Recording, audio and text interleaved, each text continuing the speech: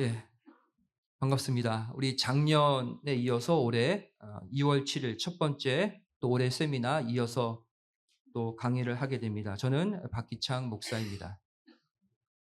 여러분 신앙생활 하면서 항상 여러분 옆에 있는 책이 한 권 있죠. 바로 신구약 성경입니다. 성경을 그냥 보다 보면 이해가 안 가고 막힐 때가 많이 있어요. 왜냐하면 성경 안에 흘러가고 있는 구속사적 흐름, 구속사적 맥락을 모르기 때문에 순간순간 막히는 것이죠. 그런데 우리 박아브람 목사님께서 저술하신 이 구속사 시리즈를 읽어보면요. 이 성경의 일관된 하나의 흐름, 구속사적 맥락을 우리가 통찰하고 깨닫게 됩니다. 우리 지난번 세미나에 구속사 시리즈 1권 창세기의 족보 이 책을 통해서 창세기에 기록된 족보의 의미를 살펴봤죠. 죄송합니다. 저 스크린 좀 꺼주세요. 네.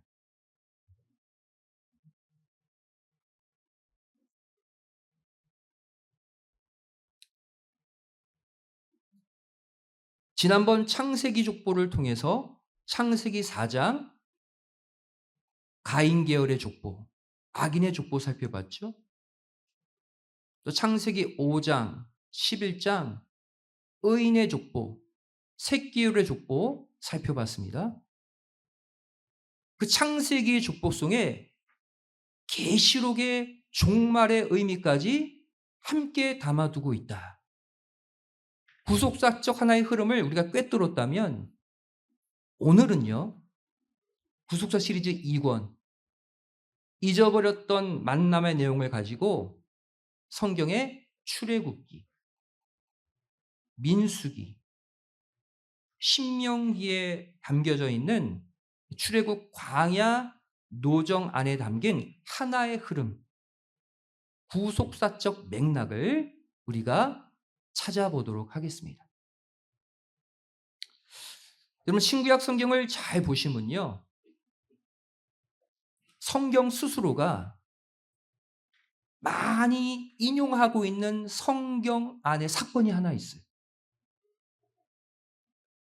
그것이 뭐냐면 바로 이스라엘 백성들의 출애굽 광야 노정 사건입니다. 애굽에서 400년간 종살이 하다가 하나님의 기적적인 도우심으로 애굽을 탈출하죠. 그리고 40년 광야 노정을 거쳐서 가나안에 들어간 사건. 실제 역사적인 사건입니다. 그렇다면 이 과거의 이스라엘의 사건이 오늘날 우리에게 중요한 이유가 무엇인가? 바로 이 사건은 오늘날 우리의 신앙 노정을 그대로 보여주고 있기 때문입니다. 자, 함께 이 출애굽 광야 노정을 따라가 보도록 하겠습니다. 먼저 이스라엘 백성들이 애굽이라는 공간에서 400년간 고통받았죠. 그리고 홍해물을 가르고 광야 생활을 하게 됩니다. 40년이죠. 그리고 이번에는 요단강 물이 끊어지고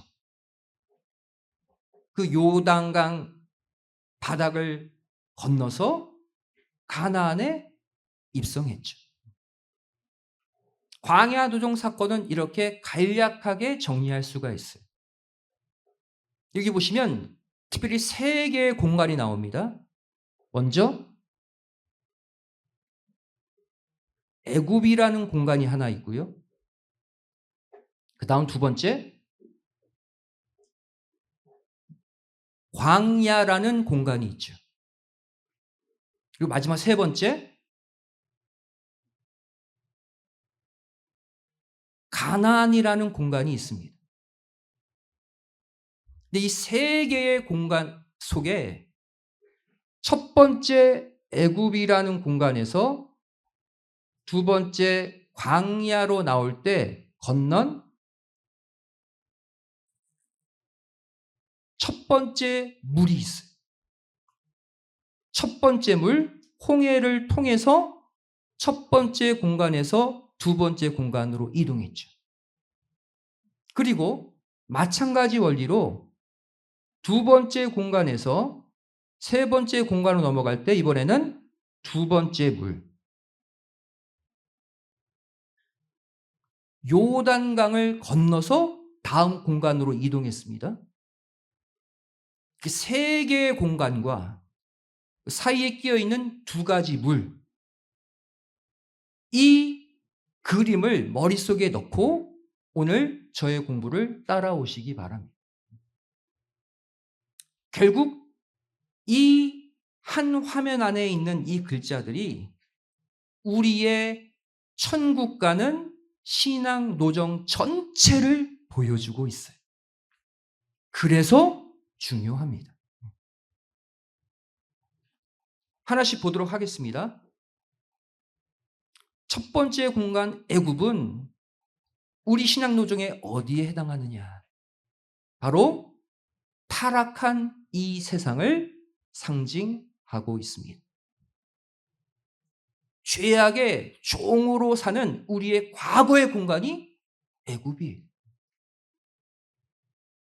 요한계시록 11장 8절은 이것을 우리에게 알려주고 있죠. 여기 보면 영적 소돔이 나옵니다. 영적인 애굽이 나와요. 그리고 이곳이 어디냐? 예수님께서 우리를 위해 십자가에 못 박히신 곳이다. 이렇게 설명하고 있어요. 잘 보세요. 예수님이 어디서 십자가에 못 박히셨습니까? 소돔 땅이 아니고 애굽 땅이 아니에요. 예수님은 예루살렘 옆 골고다 언덕에서 십자가에 못 박히셨죠. 그런데 요한계시록 11장은 그 예수님이 영적인 소돔, 영적인 애굽에서 못 박히셨다라고 해석하고 있는 거예요. 결국 이 영적 애굽, 영적 소돔은 어디를 가리킬까요? 타락한 이 세상 전체를 영적으로 표현하는 거예요. 한마디로 예수님은 영적 소돔, 영적 애굽, 즉 타락한 이 세상 한가운데서 우리를 위해 십자가에 달리셨다는 얘기예요. 이러한 관점으로 과거 이스라엘 백성들의 출애굽 사건을 보시면 이것은 오늘날로 말하면 하나님의 형상으로 지음받은 인간들이 타락한 이후에 죄악된 세상에서 사단 마귀에게 종살이하면서 고통받다가 거기서 건진 바 될 것을 예표하는 사건이에요. 이것이 첫 번째 공간 애굽이라면 첫 번째 공간에서 두 번째 공간으로 나아갈 때 첫 번째 물을 건넌다고 그러죠. 물. 바로 홍해입니다. 이 홍해를 건넌 사건은 오늘날 우리의 신앙 도정에 무엇을 가리키는가? 바로 죄악된 세상 애굽에서 나온 성도들이 반드시 받아야 될 물 세례를 상징하고 있다. 물 세례가 중요합니다. 물 세례를 받아야 세상에서 나오게 되는 거예요. 세상에서 나온 표가 물 세례예요. 제가 이렇게 말하는 게 아니라 사도 바울이 이렇게 해석했어요. 보겠습니다. 고린도전서 10장 1절 2절 말씀 보시면 사도 바울이 광야 노정 이야기를 하고 있어요. 우리 조상들이 다 구름 아래 있고 바다 가운데로 지나며 홍해를 건넌 사건을 말하고 있습니다. 모세에게 속하여 딱 구름과 바다에서 뭘 받았다? 세례 받았다. 물 세례 받았다. 홍해를 가르고 건넌 사건을 세례 사건으로 해석하고 있어요. 다시 말해 이 홍해를 건넌 사건이 오늘날 우리 성도들에게 일어나는 사건이라는 거예요. 이렇게 첫 번째 물을 건너 이제 두 번째 공간으로 이동하죠. 어디입니까? 광야. 이 광야는 타락한 세상 애굽에서 물 세례를 받고 본격적으로 시작하는 성도들의 교회 생활을 가리키고 있어요. 교회 생활. 이건 누가 이렇게 말했느냐? 이번에는 초대교회 시대 스데반 집사가 순교당하기 전에 또 이 광야 노정을 끄집어다가 설교합니다. 사도행전 7장 38절 말씀 보시면 또 광야 노정, 우리 조상들이 시내산에서 광야에 있었다 이렇게 얘기하지 않고 광야 교회에 있었다 이렇게 해석하고 있어요. 교회. 여러분 교회가 헬라어로 에클레시아예요. 에클레시아는 교회잖아요. 광야가 그들의 교회였다. 오늘날 우리의 교회 생활이 신령한 광야 노정 생활이란. 자, 그렇다면 고민되죠. 교회가 광야야? 좀 좋은 단어로 표현하면 안 돼? 그럼 광야는 어떤 곳입니까? 광야는 세상 것이 하나도 없는 곳이. 왜 성경은 우리의 교회 생활을 하필 하고 많은 단어 가운데 광야 생활로 비유하셨을까요? 바로 우리의 교회 생활은 과거 세상 생활과는 달라야 한다는 것을 보여주기 위해서요. 교회는 세상의 논리로 살아가는 것이 아니라는 거예요. 세상 것이 교회 생활에 영향을 주면 안 된다는 거예요.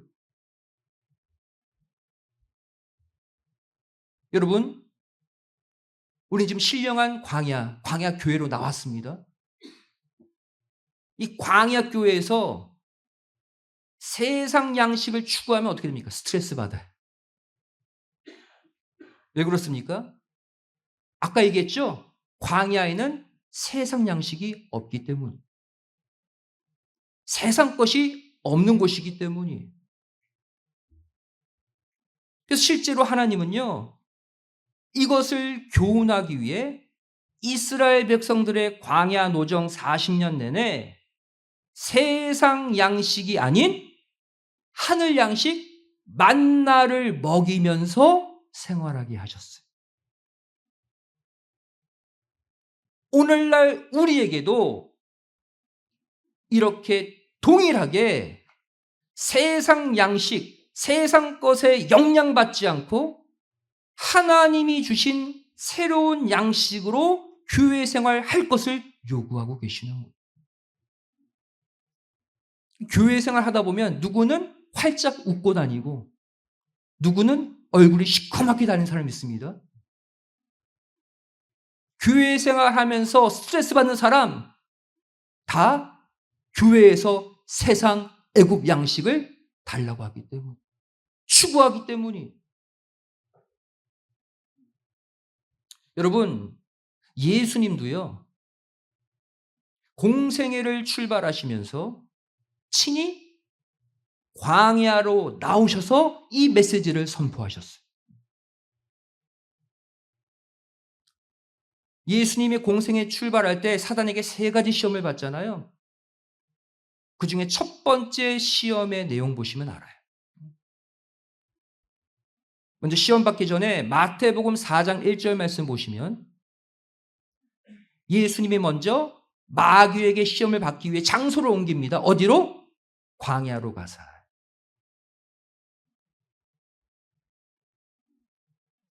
오늘날 우리 성도들이 걸어야 될 그 광야 교회, 광야로 스스로 나오셨어요.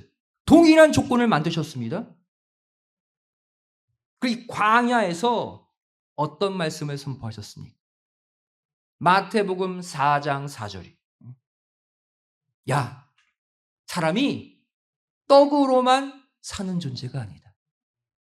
여기서 떡은 이 땅의 양식, 애굽의 양식을 가리키죠. 무엇으로 살아야 된다? 하나님의 입으로 나오는 모든 말씀, 신령한 만나로 이제부터 살아야 돼.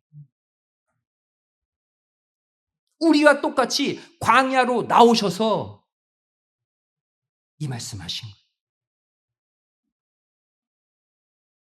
한마디로 너희 세상 애굽의 종살이에서 건진받아서 광야 교회로 나왔다면 양식부터 바꾸라는 거예요. 주식부터 바꾸라는 거예요. 그럼 세상에서 즐긴 모든 문화와 유흥, 쾌락도 양식입니다. 그거 교회에 없다는 거예요. 광야 교회는 뭐만 있다? 하나님의 말씀. 말씀으로 양식 교체해야 제대로 광야 생활 통과할 수 있다는 거예요. 이제 두 번째 공간에서 세 번째 공간으로 넘어갑니다. 이 사이에 두 번째 물을 건너게 되죠. 바로 요단강 도하에. 이 요단강은요, 결국 성령 세례를 통한 거듭남의 역사를 우리에게 보여주고 있습니다. 여러분, 두 번째 공간, 광야 교회에서 마지막 가나안, 뭔지 아시죠? 최종 목적지까지 가기 위해 건너는 마지막 물이 요단강이다. 요단의 뜻을 보면 마지막 최종 목적지에 도착할 수 있는 조건을 알 수가 있죠. 요단의 뜻이 무엇일까요? 내려가다. 낮아지다예요. 의외로 심플합니다. 마지막 공간에 도착하는 비결. 야고보서 4장 6절은 말씀하고 있죠. 하나님은 흑백이 뚜렷하신 분이 교만한 자 물리치신다. 아무리 잘 믿어도 상관없어요. 아무리 성경 말씀 붙들어 상관없어요. 교만하면 버리셔요. 그리고 겸손한 자에게 은혜를 주시는 분입니다. 어떠한 은혜? 마지막 구원의 은혜. 요단강을 건너는 은혜는 누구에게 주신다? 요단의 뜻처럼 하나님 앞에 자신을 낮추는 자. 겸손한 자. 제가 신앙 노정 쭉 걷다 보니까 결론은 저는 아무것도 아닙니다. I'm nothing. 하나님만이 위대하시고 저는 정말 보잘것없는 존재입니다. 겸손의 고백을 할 때 요단강을 건너게 됨을 믿으시기 바랍니다. 성경은 분명히 말씀해 주고 있어요. 예수님께서는 이 광야 노정에서 건너야 될 두 개의 물을 종합해서 또 말씀하셨어요.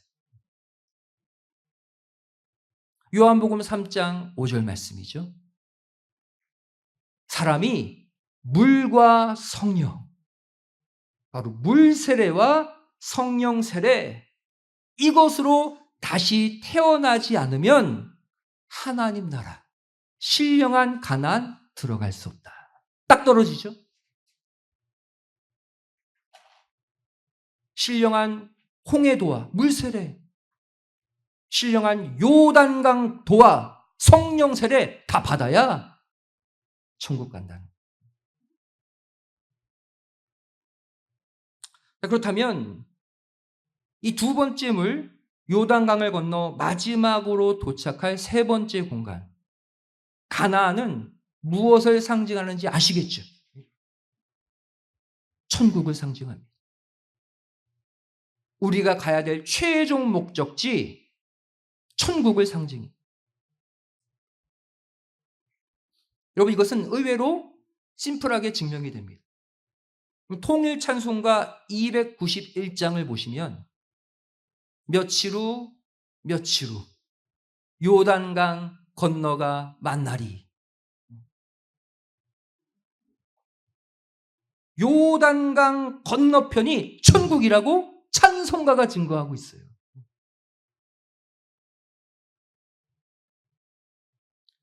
자, 이상의 내용을 종합해 봅시다.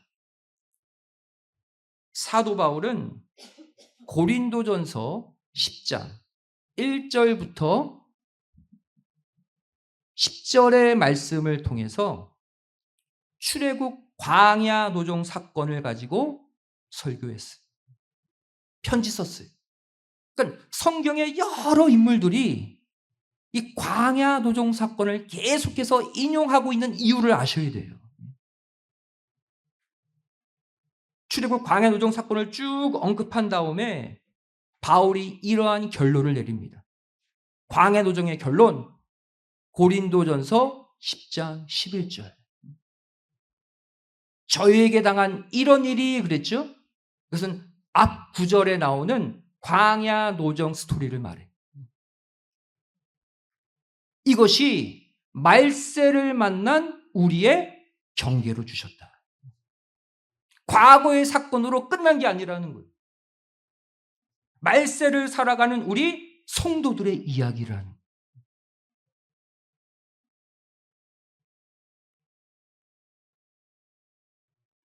그러면서 바울은 이 광야 노정의 가장 중요한 교훈을 그 다음 구절에 이렇게 표현했습니다. 우리 이야기다 해놓고 결론이 뭐냐면 12절이에요. 충격적인 결론입니다. 선줄로 생각하는 자들 넘어질까 조심하라. 나 잘 믿어. 다른 사람은 몰라도 나는 천국 가. 이렇게 자신하는 자들, 착각하는 자들, 교만 떠는 자들 넘어진다는 거예요.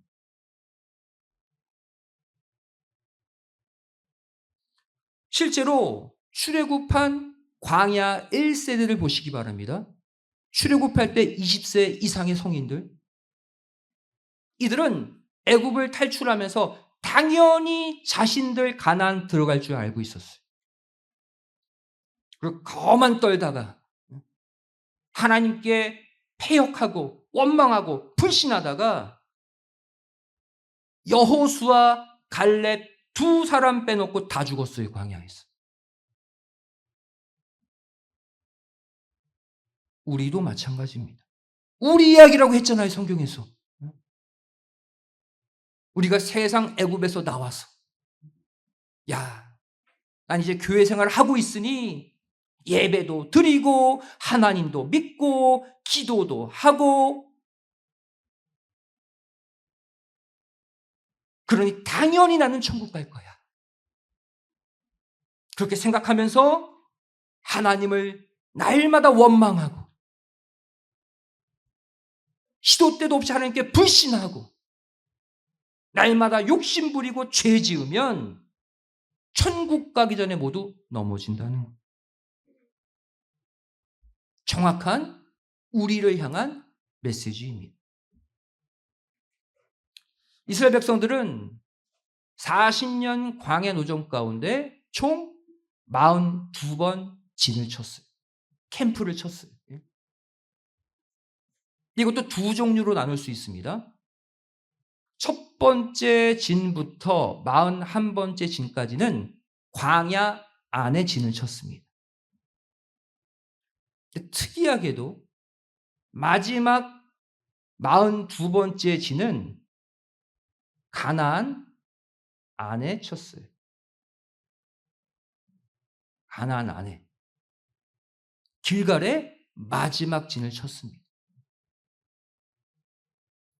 이 진을 칠 때마다 일어난 모든 사건들이 하나도 빠짐없이 우리가 광야 교회 생활을 하면서 일어나는 사건들이라. 이것을 공부하는 게 왜 중요하냐면 이들이 잘못한 실수와 죄를 우리가 배워서 미연에 방지하자는 거예요. 그리고 안전하게 천국 땅 밟자는 거예요. 그래서 우리는 이 광야 노정 공부를 철저하게 해야 합니다. 이 가운데 오늘 오전 강의는요. 12번째 진, 12번째 진인 기브롯 핫다와가 주는 교훈에 관해서 살펴보려고 합니다. 12번째 진 기브롯 핫다와. 그 지명의 뜻을 보면 정확한 메시지를 알 수가 있어요. 기브롯 핫다와의 뜻은 탐욕의 무덤입니다. 야, 이름 한번 거창하죠. 탐욕의 무덤. 무슨 호러 무비에 나오는 제목 같아요. 옛날 전설의 고향에 나오는 탐욕의 무덤. 귀신 나올 것 같죠? 딱 봐도 100% 부정적인 의미죠. 실제 이 지명의 뜻처럼 여기서 100% 부정적인 사건이 일어나게 됩니다. 이 사건을 순서대로 정리해 보도록 하겠습니다. 먼저 이 기브롯 핫다와에서 이스라엘 백성들이 탐욕의 마음을 가지고 고기를 요구했어요. 앞서 말씀드렸죠? 광야에는 세상 것이 없다고. 그런데 광야길을 걸으며 세상 것을 요구한 거예요. 고기 달라.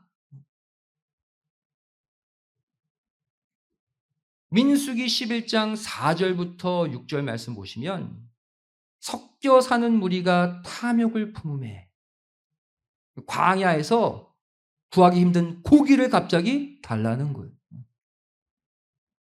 그러면서 5절에 애굽에 있을 때를 추억합니다. 내가 과거 애굽에 있을 때 종으로 고통받았던 것은 하나도 기억하지 않고 거기서 생선, 왜, 수박, 부추, 파, 마늘. 애굽의 음식 먹었던 것만 추억하고 있어요. 그리고 6절에 현재 만나 외에는 보이는 것이 아무것도 없다. 불평합니다. 잘 보세요. 양식이 없었던 게 아니에요. 무엇은 풍성이 있었어요? 만나. 만나 외에 다른 거 달라는 거예요. 이들은 실제로 7번째 진 신광야부터 이 12번째 진 기브롯 핫다와까지 약 1년 넘게 만나만 먹고 살았습니다. 만나만 먹고. 그런데 이들이 불평한 대로 정력이 쇠약했다? 거짓말이에요. 말은 에너지, 힘이 딸려서 못 걷겠다, 고기 달라 그랬지만 실제 이들은요, 이 광야 생활 가운데 만나만 먹고도 광야 2세대들, 아들, 딸 순산했습니다. 성경 뚫어지게 보세요. 배고파 죽은 사람 없어요. 광야에서 영양실조 걸려서 비타민이 부족해서 죽었다 없습니다.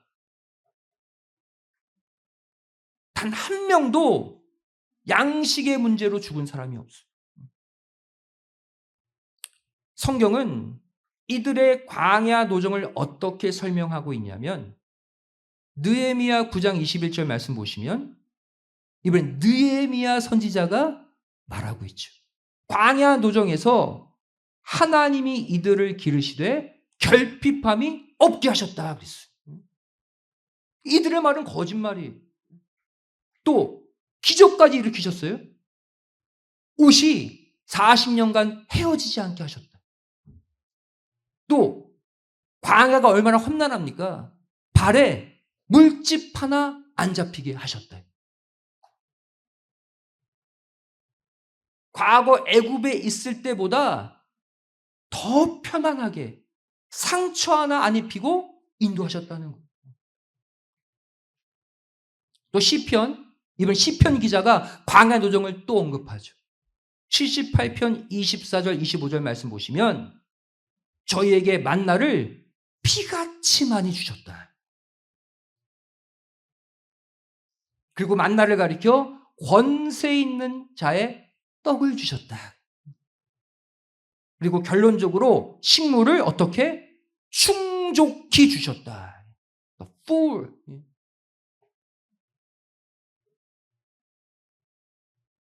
여러분 광야같이 황량한 곳에 40년 동안 어떻게 이것이 가능할까요?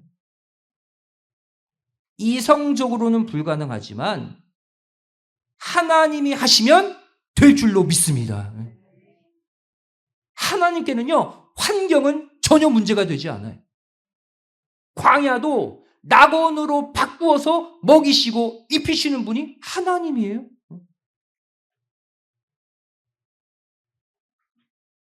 저와 여러분도 마찬가지입니다. 현재 먹고 있는 우리의 영의 양식, 하나님의 말씀이 우리 삶의 모든 결핍을 해결해주는 권세 있는 자의 떡, 권세 있는 자의 양식이라 확신하고 먹을 때 여러분의 삶에도 모든 것이 풍족해지는 은혜가 임할 줄로 믿습니다. 남의 사건이 아니에요. 믿음으로 당기면 오늘날 나의 사건이 되는 거예요. 하나님의 말씀이 그렇게 위력적입니다. 요한복음 1장 3절 말씀 보시면 모든 만물이 말씀으로 창조됐다고 그랬잖아요. 반대로 말하면 말씀 안에 모든 것이 다 들어있다는 거예요. 여러분 하늘 양식 만나만 추구하고 살면요, 여러분의 부족한 물질, 부족한 건강, 부족한 사업체의 지혜, 하나님이 풍족하게 채워주심을 믿으시기 바랍니다. 말씀만 붙잡으세요. 다 해결돼요, 여러분. 두 번째로 하나님은 고기를 달라고 불평하는 이스라엘 백성들에게 어떻게 하셨느냐? 갑자기 메추라기를 막 몰아다가 고기를 실컷 먹여주셨습니다. 광야에서. 민수기 11장 31절에 기록되어 있죠. 여기서 우리는 무엇을 볼 수 있습니까? 하나님의 무궁한 사랑. 지금 만나로 풍족히 먹여주시고 옷도 헤어지지 않게, 발에 물집도 안 잡히게 기적적으로 평안하게 이끌어 주시는데 뭐하고 있어요? 고기 달라고 불평하잖아요. 우리 같으면, 우리가 하나님 위치에 있으면 어떻게 했을까? 괘씸죄에 걸리는 거죠. 이렇게까지 기적적으로 인도했는데 고기 달라고 불평해? 그 자리에서 징계하실 수 있습니다. 하나님은 어떻게 하셨어요?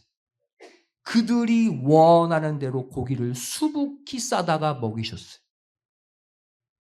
여러분 분명히 아셔야 될 것은 하나님은 공의의 하나님이자 사랑의 하나님이지만 하나님의 사랑은 공의보다 훨씬 크다는 것을 믿으시기 바랍니다. 불평하고 원망하는데 다 주세요, 하나님이.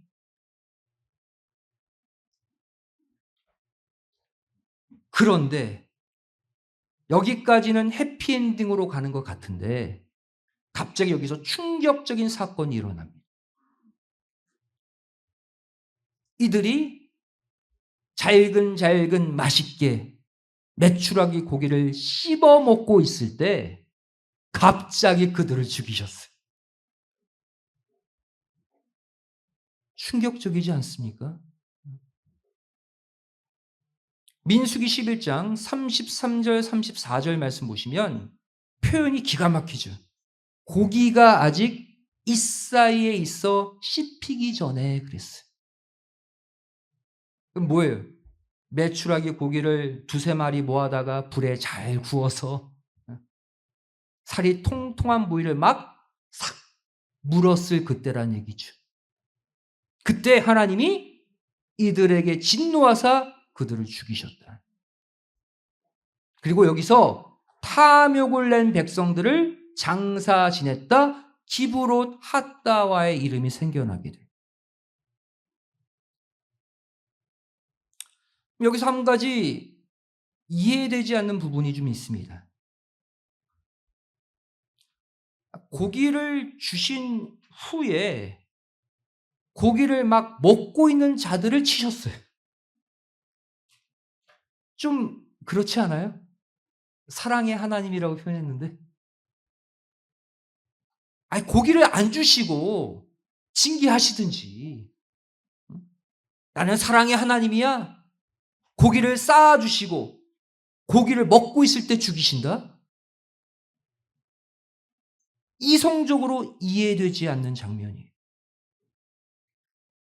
하지만 여러분 성경 시편 78편을 보시면요. 하나님이 이 당시 이렇게 하실 수밖에 없는 이유, 속 사정을 알 수가 있습니다. 여러분 성경을 그래서 한 군데만 보시면 안 돼요. 여러 군데 같은 사건을 어떻게 해석하고 있는지를 모아서 보셔야 그 사건이 100% 이해가 되시는 거예요. 시편 78편에서 기브롯 핫다와의 사건을 자세하게 묘사하고 있습니다. 하나씩 보도록 하겠습니다. 첫째, 저희 욕심대로 고기를 주셨다라고 표현하고 있어요. 아까 민수기에서는 고기를 주셨다였죠. 여기는 어떤 내용이 붙어 있어요? 저기 욕심대로 욕심을 따라 주셨다라고 부연 설명하고 있습니다. 시편 78편 26절부터 29절이죠. 저에게 고기를 특별같이 주셨다. 수북히 주셨다는 거예요. 그리고 29절 보시면 하나님이 저희 소욕대로 욕심대로 주셨다라고 정확하게 기록하고 있습니다. 자, 그렇다면 우리가 여기서 당시 이들의 욕심이 어느 정도로 많았는지 궁금하지 않으십니까? 과연 어느 정도의 욕심을 여기서 부렸을까? 이 시편 78편을 보면 알 수 있는 근거가 하나 있어요. 욕심대로 고기를 주셨다고 했으니까 어떤 양만 측정하면 돼요?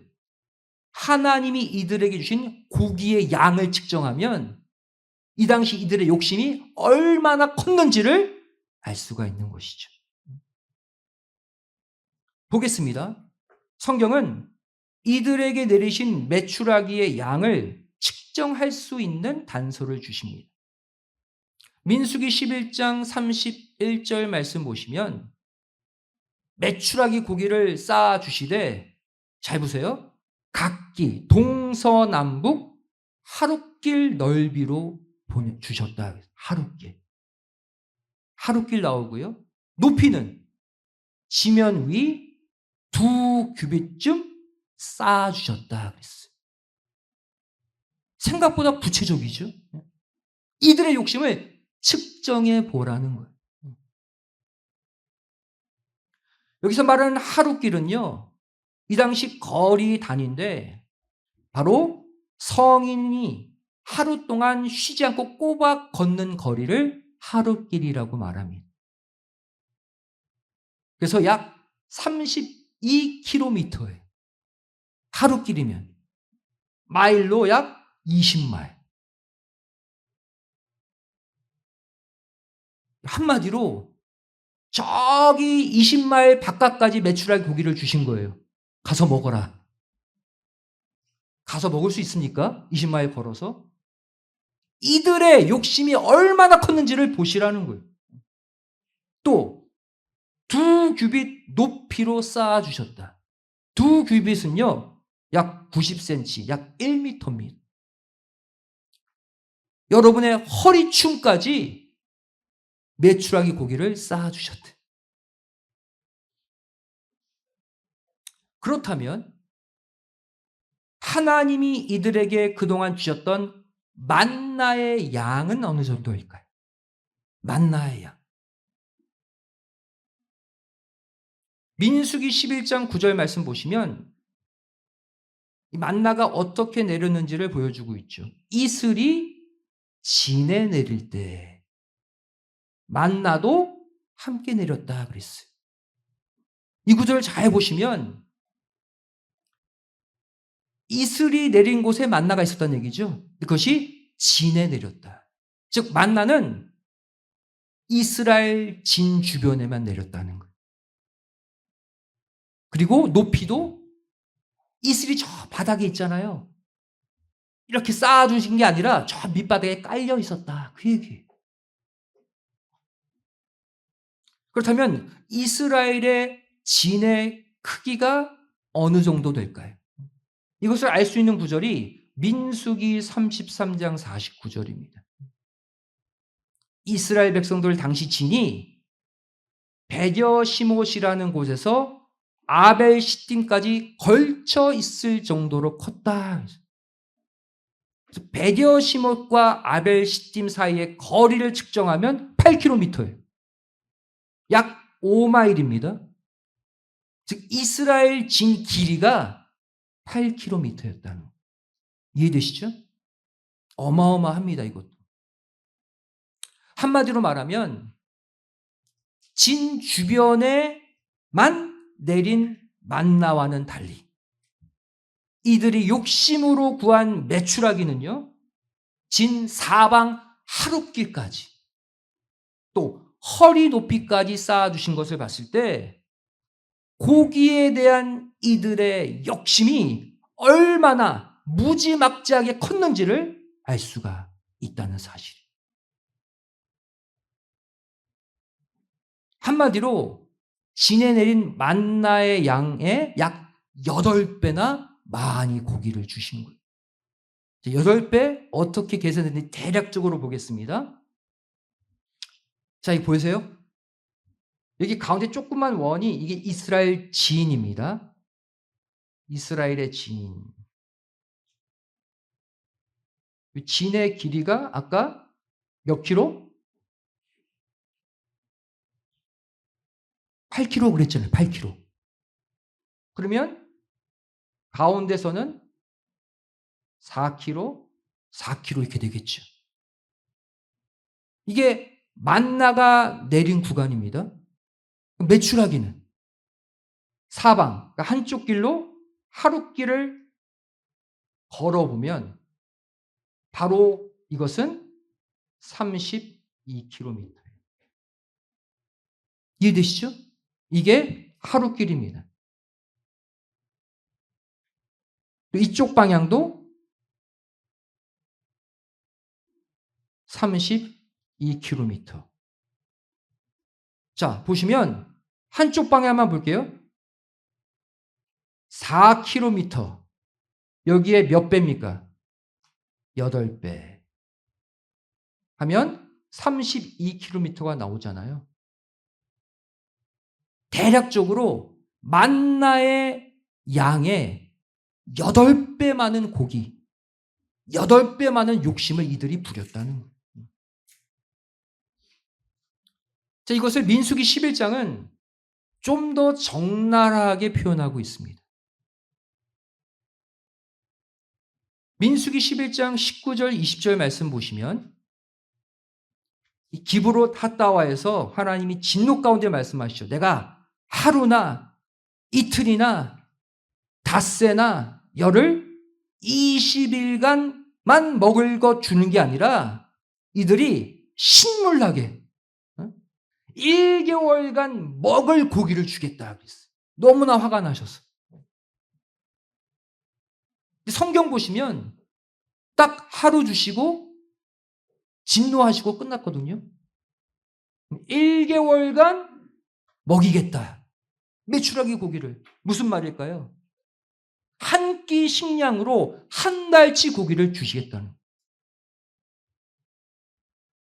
다 먹지도 못할 20마일 걸어서 가서 먹지도 못할 고기 주겠다는 거예요. 왜? 너희들의 욕심이 그러하다는. 먹지도 못할, 가져도 쓰지도 못할 것 다 달라고 하는 그 무지막지한 욕심을 지적하고 계신 거예요. 그러면 하나님께서 이렇게 넘치도록 다 먹지도 못할 고기를 주셨다면 반응이 어떠해야 정상입니까? 죄송합니다 해야죠. 제가 잘못했습니다 해야죠. 그런데 잘 보세요. 그 다음에 시편 78편은 무엇을 폭로하고 있느냐? 이 가운데 고기를 먹으면서도 욕심내는 자들이 있었다는 거예요. 고기를 먹으면서도 불평하는 자들이 있었다는 거예요. 그 사람들을 하나님이 죽이신 거예요. 이제 이해가 되십니까?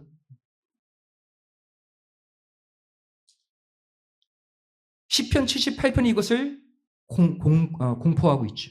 30절 31절에 저희가 그 욕심에서 떠나지 아니하고 식물이 입에 있을 때 그들을 죽이셨다. 그 욕심이 떠나지 아니하고 요 구절이 민수기 11장 33절에는 없어요. 그냥 고기가 이 사이에 있을 때 죽이셨다. 요것만 나와요. 이해가 안 갔잖아요. 지금 보니까 이해가 되죠. 고기를 수북히 쌓아놓고 먹는 가운데 누구는 죄송한 마음이 있었을 거 아니에요. 우리가 너무했나? 그런 자들을 죽이신 게 아니라 수북히 쌓아놓고 먹으면서도 욕심내는 자들. 한마디로 이런 거예요. 메추라기 고기 너무 조그매. 이거 하나씩 벗겨가지고 먹는 거 불편해. 하나님, 메추라기 고기 말고 치킨 주세요, 치킨. 비프. 살 부드러운 비프 주세요, 비프. 램. 양고기 주세요. 메추라기 뜯어 먹으면서도 더 큰 고기 달라고 욕심내는 그들을 죽이신 거예요. 여러분, 남의 얘기가 아닙니다. 이것이 바로 우리의 본성이에요. 우리의 마음 이야기하고 있는 거예요. 시편 78편은 계속 이어집니다. 그 다음이 더 기가 막혀요. 세 번째로 그 이후에도 이스라엘 백성들은 여전히 하나님께 불신했고 범죄했다. 민수기에는 나오지 않는데 시편 78편은 그 이후 이야기까지 다 폭로하고 있어요.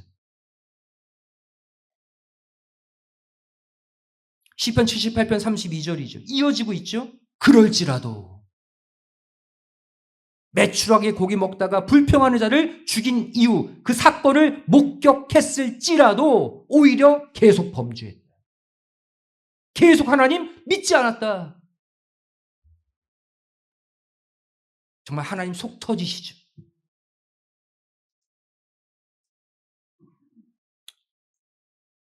그렇게 얻어맞아도 안 바뀌어요.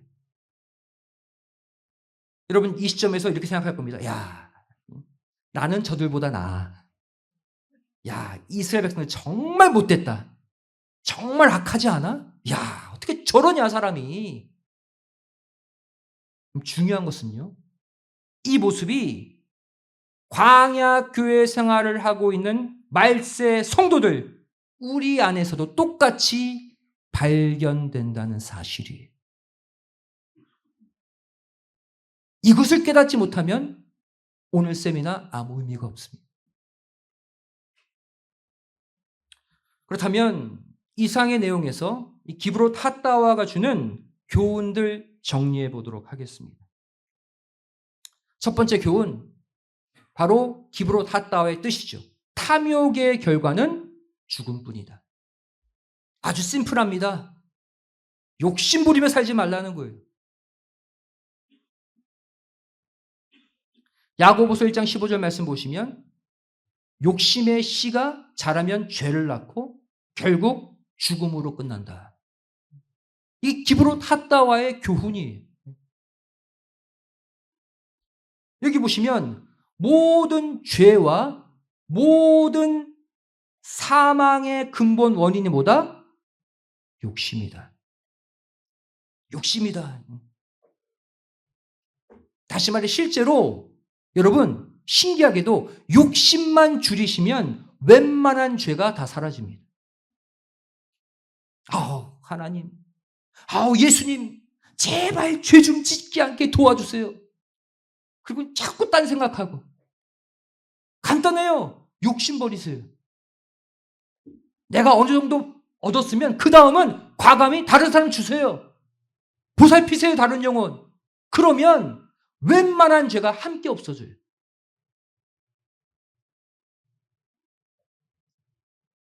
두 번째 교훈이죠. 이 탐욕을 일으킨 주동자가 누구냐? 성경은 말씀하고 있어요. 섞여 사는 물이다. 섞여 사는 물이, 이 섞여 사는 물이란 누구를 가리키냐면 당시 순수 이스라엘 혈통이 아닌 자들을 가리켜요. 출애굽할 때 함께 따라 나온 이방 잡족들이 섞여 있었습니다. 실제로. 그들이 먼저 고기 달라고 불평을 터뜨린 거예요. 보겠습니다. 민수기 11장 4절 말씀 보시면 이스라엘 중에 누가? 섞여 사는 무리가 먼저 탐욕을 품었어요. 처음부터 이스라엘 백성들이 처음부터 고기 달라고 한 게 아니에요. 이들이 옆 사람 옆구리 쿡쿡 찔러가면서 야, 고기 먹고 싶지 않냐? 야, 만나 지겹지 않냐? 그래서 이스라엘 백성 전체를 울며 불며 하나님 원망하게 만들었다. 이들을 격동시켜가지고.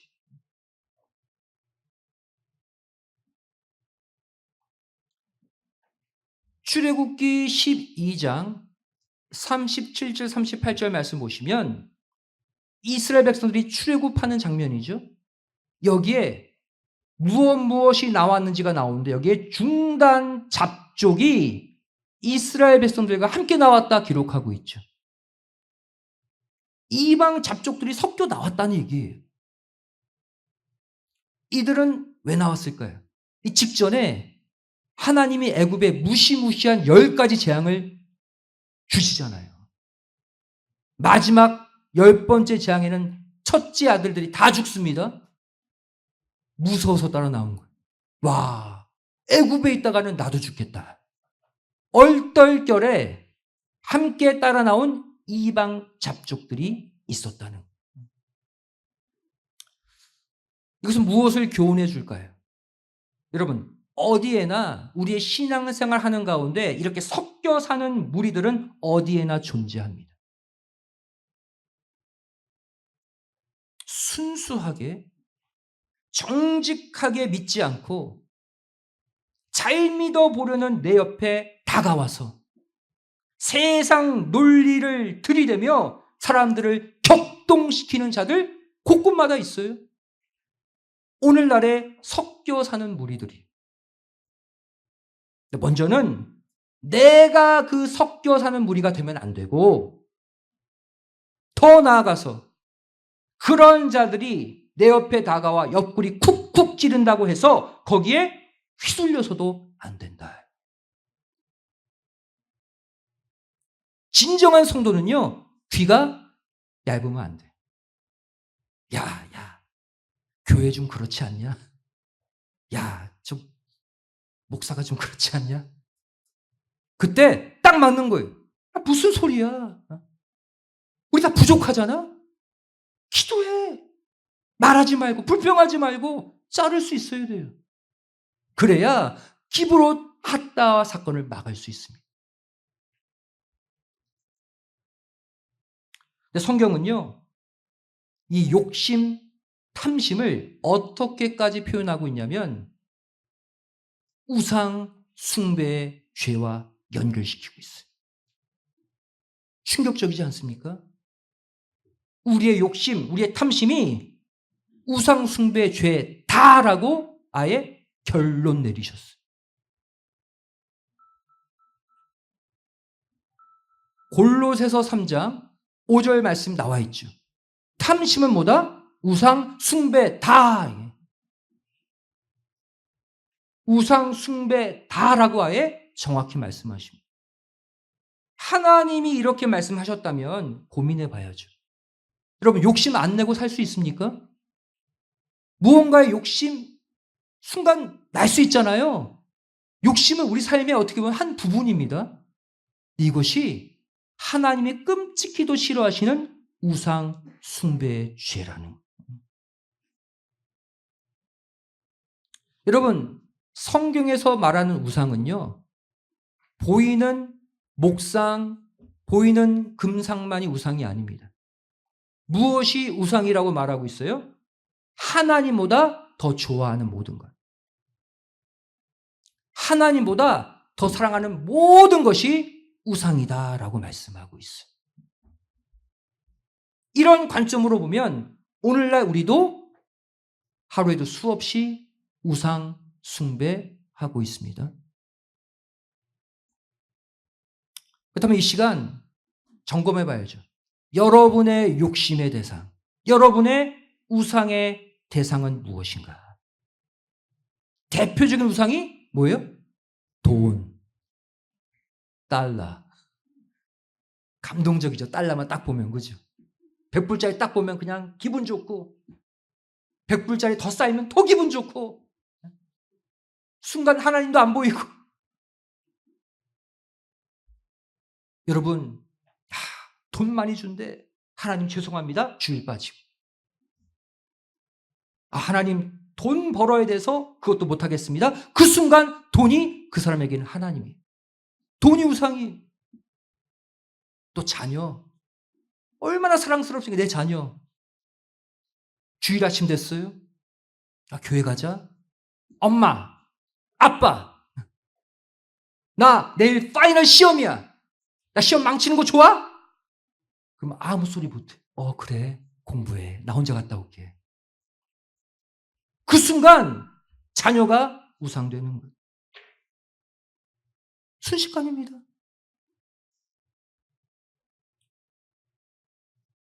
내가 좋아하는 취미, 내가 좋아하는 여가생활, 여행, 안락한 삶, 순간 하나님보다 더 좋으면 다 우상이에요.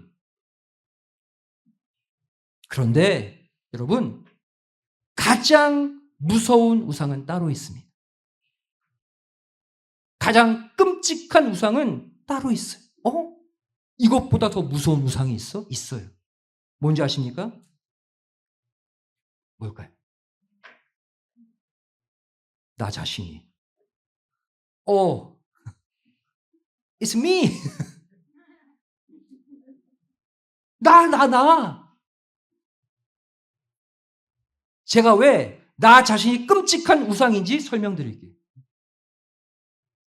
이스라엘 백성들이 시내 광야에서 하나님 따라 쭉 광야 노정하면서 시내 광야에서 갑자기 금송아지 우상을 만들어 섬기죠. 이상하지 않습니까? 왜 뜬금없이 갑자기 우상을 만들었을까요? 이유가 있어요. 그 이유가 뭐냐? 출애굽기 32장 1절 말씀 보시면 우리를 인도할 신, 우상을 누구를 위하여? 나를 위하여 만들라 그랬어요.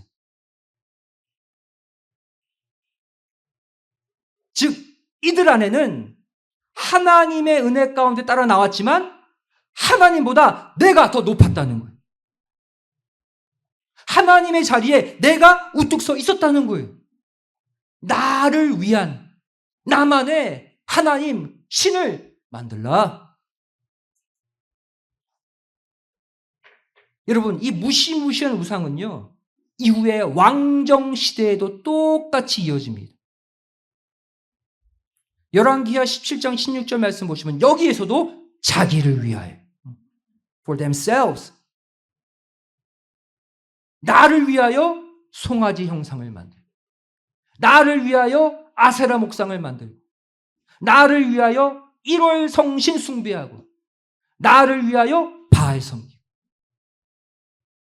여러분, 우상의 종류는 다 달라도 이 가운데 바뀌지 않는 우상이 하나 있죠. 뭡니까? 나를 위하여. 결국 내가 우상이 되면 만들어지는 다른 우상들이 송아지고 아세라고 1월 성신이고 바알인 거예요.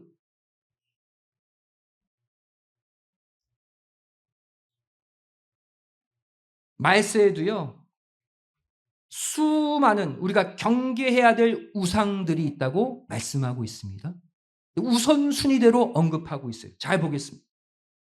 디모데후서 3장 보시면 말세에 경계해야 될 가장 무서운 우상들 1순위가 자기를 사랑하며, 두 번째가 돈 사랑. 죄송하지만 돈이 2위로 밀렸습니다. 돈이 1인 줄 알았는데. 그리고 마지막 쾌락 사랑하기를 하나님 사랑보다 더하다. 우상이죠. 수많은 우상 가운데 돈 우상을 제치고 1등 나 자신. 자기 사랑. 내가 제일 소중해.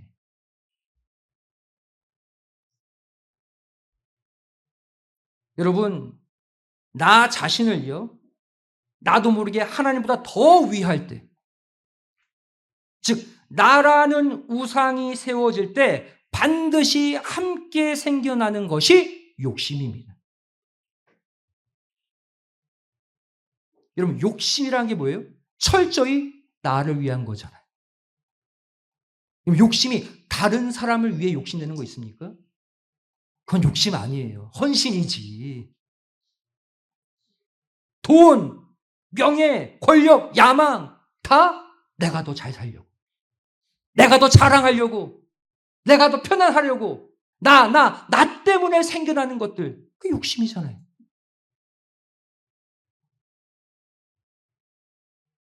신앙에는 두 종류의 신앙이 있습니다. 인본주의, 많이 들어봤죠? 사람 중심의 신앙. 이게 뭐예요? 철저히 나를 위한 신앙이에요. 내가 중심이에요. 하나님도요, 심지어 하나님도 내 욕심을 채우기 위해 필요한 존재예요. 하나님 이것 주세요. 저 이거 필요해요. 하나님이 답이 없으셔. 안 주시면 저 하나님 안 믿을 거예요. 협박도 합니다. 인본주의 신앙. 반면 신본주의 신앙은 뭡니까? 하나님 중심. 나보다 하나님이 먼저. 내 감정, 내 마음보다 하나님의 마음은 지금 어떠실까?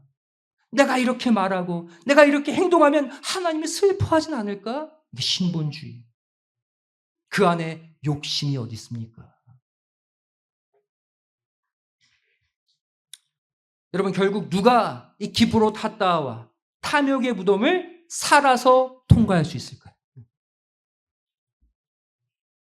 바로 인본주의 신앙에서 신본주의 신앙으로 거듭난 자들만이 통과하게 됨을 믿으시기 바랍니다. 기브로 탔다와 통과해야지. 하나님 중심의 삶으로 바꾸세요. 그리고 이렇게 될 수 있는 비결 오직 하나입니다.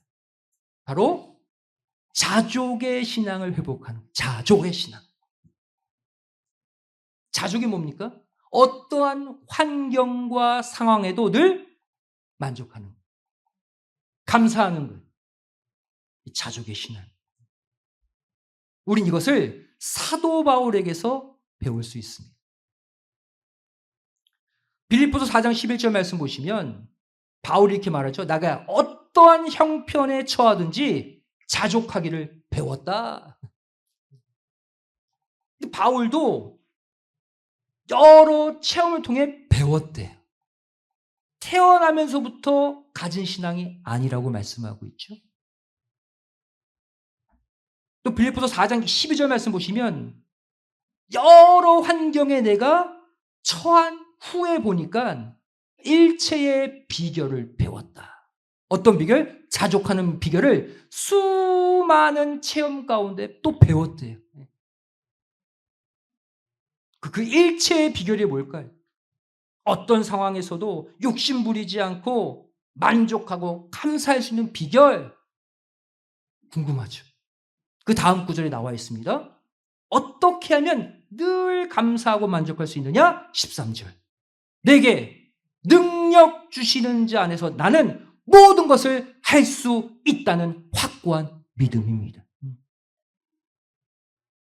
현재 나는 부족하고 없지만 언제든 전능하신 하나님께 구하면 전능하신 하나님이 해결해 주시고 채워 주실 것을 의심치 않고 믿는 믿음, 이걸 회복해야 해요. 그러면 자족의 은혜와 신앙이 따라 나옵니다. 또 한 가지, 자족의 신앙을 갖게 만드는 또 한 가지 마인드가 하나 있어요. 그것이 뭐냐면 바로 디모데전서 6장 7절 8절입니다. 우리가 태어날 때 빨가벗고 태어나잖아요. 달러 수북히 갖고 태어나지 않죠. 마찬가지로 우리가 다시 하나님께 돌아갈 때 이 땅의 것 아무것도 가지고 가지 못한다. 이것 깨달으면 그냥 현재 먹고 입는 것 있으면 족한다는 마음이 생긴다는 거예요. 자족의 신앙. 여러분 열심히 모으고 있는 돈, 권력, 명예 나중에 천국 갈 때 다 놓습니다. 그리고 이 땅에 다른 사람들이 다 가져가요. 이 사실 기억하고 있으면 이 땅의 것에 그렇게 욕심나지 않아요. 자, 그런데 또 반대로 마지막 순간 하늘나라 갈 때 다 못 갖고 가는데 가져갈 수 있는 것이 한 가지 있다고 말씀하고 있어요. 하나님의 말씀은 가져갑니다. 호세아 14장 2절에 말씀하고 있죠. 너는 다른 거 다 두고 말씀만 가지고 나에게로 돌아오라. 말씀은 가지고 갈 수 있어요. 여기서 우리는 누가 지혜로운 성도인지를 알 수가 있죠. 누가 지혜로운 성도입니까? 나중에 다 놓고 가요. 나중에 다 다른 사람 줄 물질에 목매며 사는 자가 아니라 하늘나라까지 가지고 갈 수 있는 말씀 받는데 애쓰고 수고하는 자가 똑똑한 성도인 줄로 믿습니다. 여러분, 나라마다 환전소 있잖아요. 환전소. 돈을 바꿔야 그 나라에서 쓸 수 있죠. 천국에도 환전소가 있어요. 돈은 안 바꿔줍니다. 달러는 안 바꿔주는데 내가 여기서 마음에 새겼던 말씀, 내가 지키며 살았던 말씀들은 가져가면 다 하나님이 상급으로 환전해 주세요. 그리고 그 상급 가지고 영원히 그 높은 위치에서 살게 해주심을 믿으시기 바랍니다. 이게 하나님의 역사예요. 결국 이제 결론으로 가도록 하겠습니다. 우리의 신앙 도정에서 욕심을 버리지 못하면 어떻게 되는가? 홍해는 건널지 몰라도 요단강은 못 건넙니다. 욕심 끝까지 부리면. 요단강 못 건너면 한마디 천국 못 간다는 거예요. 무슨 소용이 있습니까, 그러면? 여기서 우리는 홍해 도화와 요단강 도화의 중요한 차이점을 마지막으로 알 필요가 있어요. 홍해는요, 광해노정 초반부에 건넜죠. 세 번째 진 믹돌 앞에서. 이것은 신앙 노정의 시작 부분에 우리가 받을 물세례를 가리킵니다. 많은 성도들이 물세례 받잖아요. 그런데 마지막 건너는 요단강 물은요, 광해노정 끝부분에서 건넙니다. 41번째 모압평지. 이것은 신앙의 성숙기에 받을 성령 세례를 가리켜요. 차원이 틀리죠. 두 번째 차이점이 있습니다. 리더의 차이예요. 홍해는요, 모세가 지팡이를 내밀어서 물을 갈랐어요. 백성들은 우두커니 보고만 있었습니다.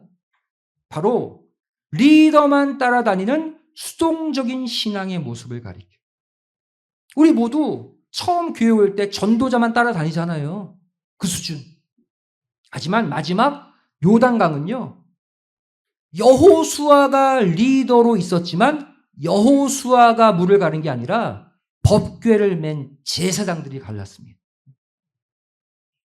무엇을 말합니까? 마지막 요단강은요, 내가 말씀의 리더가 되는 능동적인 신앙을 가질 때 건널 수 있다는. 세 번째 차이죠. 믿음의 차이. 홍해는 어떻게 건넜습니까? 물이 먼저 갈라지고 마른 땅을 눈으로 확인하고 건넜죠. 즉 이것은 보고서 믿는 신앙을 가리켜요.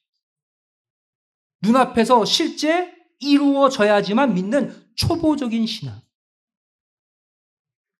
하지만 요단강은 어떻게 갈라졌습니까? 물이 넘실댈 때 법궤를 맨 제사장들이 발에 먼저 물을 딛자 그 다음 갈라졌어요.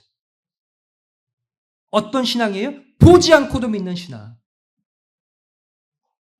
직접 목격하거나 체험하지 않아도 말씀만 듣고도 이루어질 줄 믿습니다. 발을 내디는 신앙. 그 신앙만이 요단강물을 끊고 가나안 들어갈 수 있게 한다. 네 번째, 대상의 차이입니다. 홍해는 출애굽한 모두가 건넜죠. 즉 이 땅의 모든 성도들이 대상이에요. 마라톤 경주처럼 모두가 다 천국 향해 출발합니다. 하지만 요단강은 광야 1세대 가운데 여호수아 갈렙만 건넜어요. 광야 2세대들과 함께. 즉 마지막 요단강 신앙은요, 믿음을 끝까지 지킨 남는 자들만 통과할 수 있다는 거예요. 결국 이스라엘 백성들이 마지막 가나안에 들어가는 순간 누가 요단강 물을 끊었습니까? 법궤를 맨 제사장들, 그죠? 여호수아 3장 15절 16절입니다. 궤를 맨 제사장들이 발이 물에 잠기자 끊어졌어요. 잘 보세요. 제사장들의 믿음 때문이 아니에요. 그들이 무엇을 메고 있었기 때문에. 말씀의 언약궤를 메고 있었기 때문에. 즉 말씀이 물을 끄는 거예요. 그 다음 이스라엘 백성들이 뒤따라 들어왔죠. 무엇을 보여줍니까? 마지막 때도 하나님의 말씀만이 마지막 장애물 요단강물을 가르고 우리를 가나안 천국으로 인도해 주심을 믿으시기 바랍니다. 결론은 말씀밖에 없다는, 말씀밖에. 내 믿음으로, 내 의로 요단강물 절대 안 끊어져요. 법궤를 가지고 있어야 됩니다. 언약의 말씀이 내 안에 새겨져 있어야 돼요. 호세아 14장 2절 절대 잊지 마세요. 너는 말씀을 가지고 나에게 돌아오라. 빈손으로 오지 말라. 요단강물 건너려면 말씀 내 마음에 새기고 말씀대로 순종하며 사는 증거를 가지고 오라는 거예요. 그러한 자가 요단강물을 건너 천국에 입성함을 믿으시기 바랍니다. 오늘 받은 이 말씀의 칼로 그동안 덕지덕지 붙이고 살았던 이 땅의 욕심 잘라내시고 나를 위했던 나라는 우상 잘라내시고 내가 현재 어떠한 형편에 놓여 있든지 간에 나와 내 자녀와 내 가정을 천국까지 인도해 주시는 것은 말씀뿐이다. 믿으시고 하나님의 말씀과의 동행을 새롭게 출발하시기를 주님의 이름으로 축원드리겠습니다. 기도하시겠습니다. 사랑하신 아버지 하나님, 저를 오늘 첫 번째 강의를 통해서 기브롯 핫다와 내 속에 웅크리고 있었던 욕심, 탐욕을 말씀의 칼로 잘라내게 하여 주심에 감사드립니다. 저를 홍해를 모두 건넜지만 요단강물을 건너야 가나안에 들어갈 수 있습니다. 더 겸손하고 낮아진 자세로 하나님의 언약의 말씀이 아무리 무겁다 할지라도 내 어깨에 메고 하루하루 뚜벅뚜벅 전진함으로 마침내 요단강물이 끊어지고 가나안 천국에 들어가는 마지막 승리자들이 되게 하여 주시옵소서.